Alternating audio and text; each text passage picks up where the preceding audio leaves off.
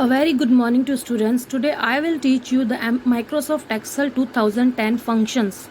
In my first of video I have told you about the what is Excel and how to make a document and save a document. This is for the class 7th. First function is moving the active cell in a worksheet.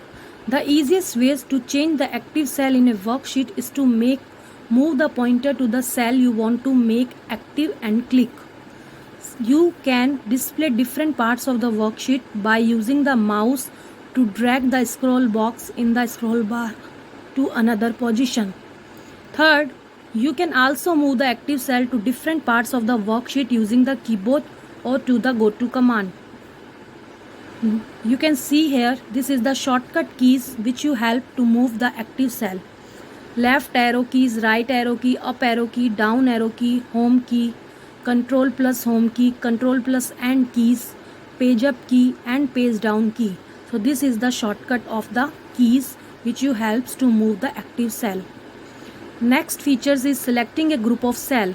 Suppose you want to make your text or make your title, so you can select the range. A group of selected cell is called a range. Here you can select more than one cell. It is called the range.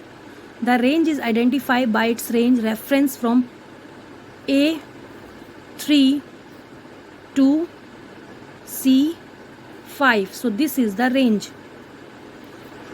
Now here you can select the cell two types, adjacent range and non-adjacent range.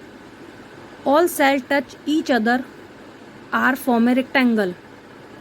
To select an adjacent range, click the cell in the corner of the range, drag the pointer of the cell is opposite corner of the range and release the mouse button.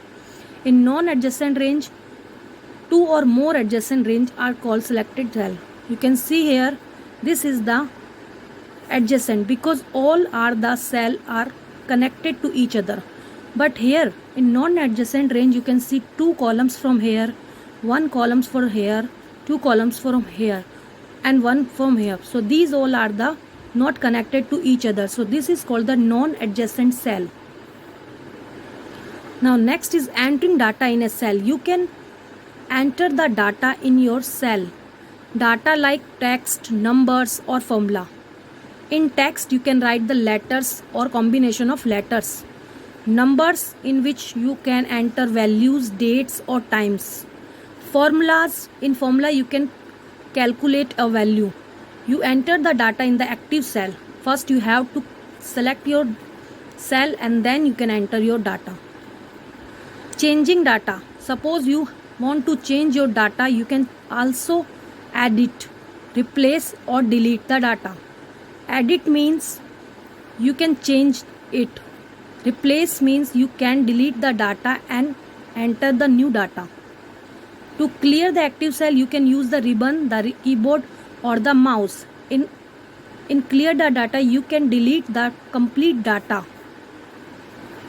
Searching for data. Suppose you want to search anything, any keyword in your data, so you can search it. The find command locates data in worksheet which is particularly help you. In searching data, after that searching you can replace button is an extension of the find command. You can see here find and replace option. Suppose you want to find what the data to locate, replace with another data. Format, the format to the data you want to find or replace. Like this you can see here search, look in, match case, match entire case. So these all are the type of find and replace option. Now zooming a worksheet. Suppose you want to make your slide zoom.